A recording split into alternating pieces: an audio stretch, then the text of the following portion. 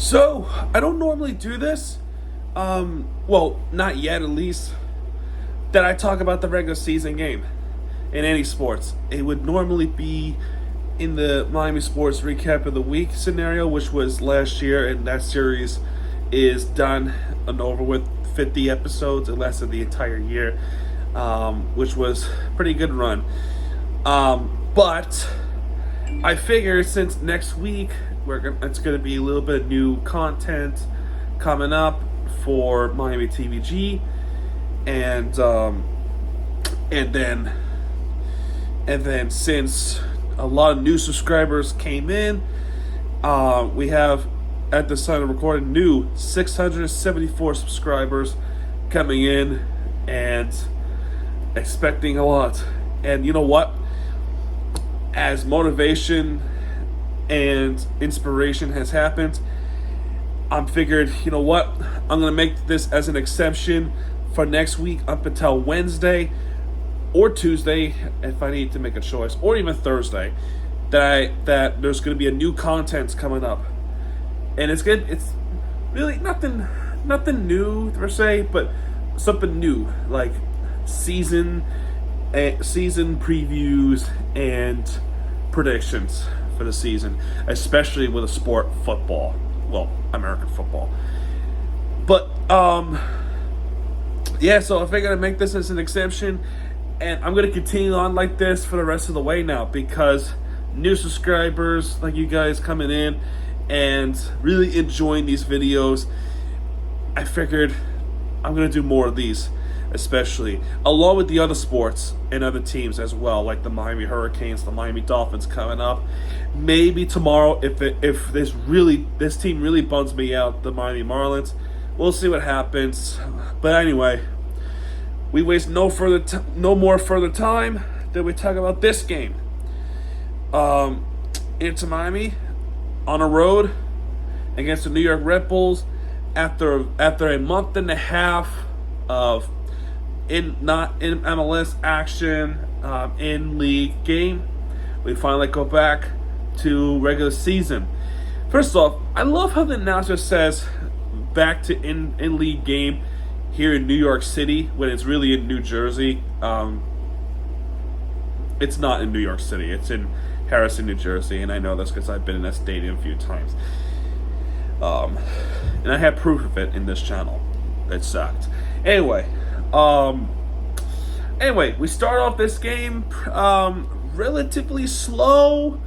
Relatively slow for say. Really not much been going on. There were a few chances from there and there, but the chances really picked up as we get to the 30 minutes marks, when Red Bulls really had a good chance there, and that ball was wide to the right. It was close. And then afterwards, Inter Miami had their chance. Again, a couple of chances from there and there prior, and a few saves there and there. But for this one, next up, Miami possession. It is Noah Allen passes to Diego Gomez in the 37th minute, and Diego Gomez buries it to the right side of the net, and we lead up 1-0 against New York Red Bulls on a road. Then afterwards, Red Bulls with a actually no, not the Red Bulls. It's a little bit after. Miami trying to quickly go up 2-0, and Campana trying to kick it over his head, and then makes that step like fullback pass, not one of those bicycle kicks, but like one of those hook shot kicks, and then that goes right to the keeper. Oh my God, that was close to making a really remarkable goal for Campana.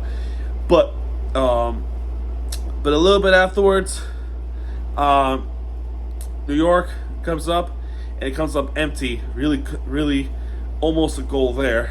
I think that was the one that, if I remember correctly, that went wide, and the other one was a save. Regardless, New York did not score there.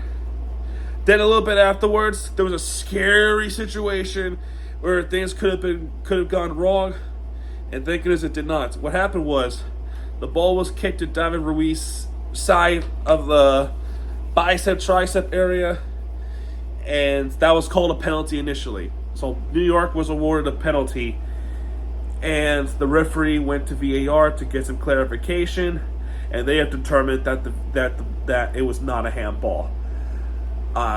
So I would say with that one, it's close. It's a close call, and the reason why it's a close call because that handball call could have gone either way. We've seen, and this is true for all leagues, not just the MLS. English Premier League had this issue as well. That is a 50-50 call, and fortunately for Inter Miami, the call went their way, and New York was not rewarded a penalty. So no penalty there. However, sometimes that does get called for a penalty, and I don't know, consistency, I guess. And then afterwards, New York also had another chance, and that ball went right to Drake Callender, saved by Callender. And then we go to halftime, 1-0. Then we go to second half, and 27 minutes in, Messi makes his MLS debut. He did not make it. He made his Inter Miami debut. This is his MLS debut, and that happened in the 60th minute, I would say, or in fact maybe the 66th minute. But he came in, and after a while, there were Miami's possession and Miami's momentum really quick shifted because Miami was almost going to put that game away. Eventually they did, but how did they do it? It's really spectacular. Drake Callender is a good goalkeeper, and he's proven that in the Leagues Cup and the U.S. Open Cup semifinals. He is a good goalie. But Messi coming in, and then he came into the rescue. Now, there was a foul, and this is in the 80th. This is somewhere in the 85th minute now. There was a foul outside the box. I got my camera up ready. Free kick. Would it be his third free kick in his Inter Miami career? The answer is no. That ball was kicked right towards the that ball was kicked right towards the wall, and there was as a result, no goal. So it was deflected away. Then Miami got the possession back, and there was Robbie Robinson, Lionel Messi, and another Argentinian who was a Key Biscayne Miami native, Benjamin Camacho.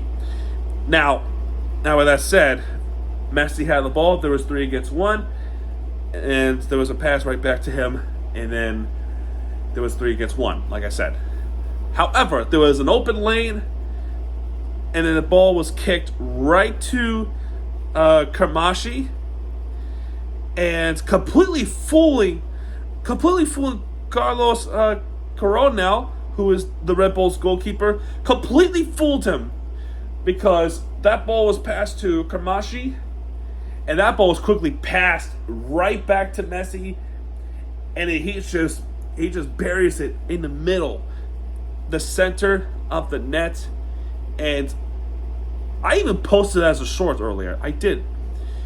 And before anyone comments, fake video, I replayed it back. No, that was perfect timing. I decided to continue after the free kick, and I think it paid off. I think it paid off pretty well. Just an absolute ridiculous play. And good pass by Messi, and a good pass right back to Messi from Camacho. Such a connection there. And ultimately, that puts the game away. And Miami wins this one 2-0. And such a big win on the road too. Now, with this game alone, there was 12 games left. Now we have 11 games left in the MLS game alone. We now have 11 points to make up to get above the red line. And could they make the playoffs? Absolutely. Is it possible? Could they do it? Look, I'll be real with you. It is such a long stretch to get up there. It's possible that they could. They need to keep this consistency like they always have after Messi's, 11th goal of his Inter Miami career? 12th? I think it's his 11th. It has to be his 11th. Because, let's see, 10 goals with Leagues Cup. He didn't score in game in U.S. Open Cup. It was two points with Campana and one with Martinez. Yeah, that's his 11th. It has to be his 11th. Yeah, this is a huge win, and more importantly, we're not dead last in the Eastern Conference. We got over Toronto FC, and we got our next game on Wednesday, which is new content coming up if I make it possible. Is our expansion twin Nashville SC, who we just beat in the Leagues Cup final, and I know for them they're looking for blood because they're probably looking for revenge after what we did to them in the penalty shootouts in the Leagues Cup final. So but even still, that's still a big game, and we still have a bone to pick with Nashville, even after we win the Leagues Cup. Now we're trying to get the head-to-head record into a little bit of the middle. Now they come into Dry Pig Stadium on Wednesday. Again, big game. And after that, we play against LAFC. So big tests. Big test coming up for Inter Miami and Messi's crew. And really, really key games if we can get up to the standings to try to get back up to the playoff spot like we were early this year before Phil Neville completely shit the bag. Now, to be fair, Phil Neville, it's not entirely Phil Neville's fault. At that time, there was injuries that really impacted the game, but the coaching decision has just been horrendous. And that's why he was let go, and Tata came in and seemingly put the pieces back together and fixed Inter Miami team. Now, we're back in regular season. It's only a matter of time before U.S. Open Cup final happens, and we focus on that. But now our focus here is to get back up to the red line and potentially make playoffs for the third time in our franchise history. And if we could do that, then there's a good chance we might make a deep run. Now, even if we don't make the playoffs, the optimism we have for next season is really good, and it's a new fresh start anyway. But if we make this playoffs, and I'm all fine, I'm cool with it. It's huge if we make the playoffs. Hey, if we make the playoffs, then let's make it to the MLS Cup. We'll see. I'm getting ahead of myself. But anyway, that'll do it for this video, folks. If you have enjoyed this video, hit the like button and subscribe more content because Miami TVG has it back. And when he does, hit it right there with your favorite team you deserve. I'll see you guys on Wednesday for new content and the recap of this game against Nashville. And we'll see what happens from there. Miami TVG sign out, folks. Adios.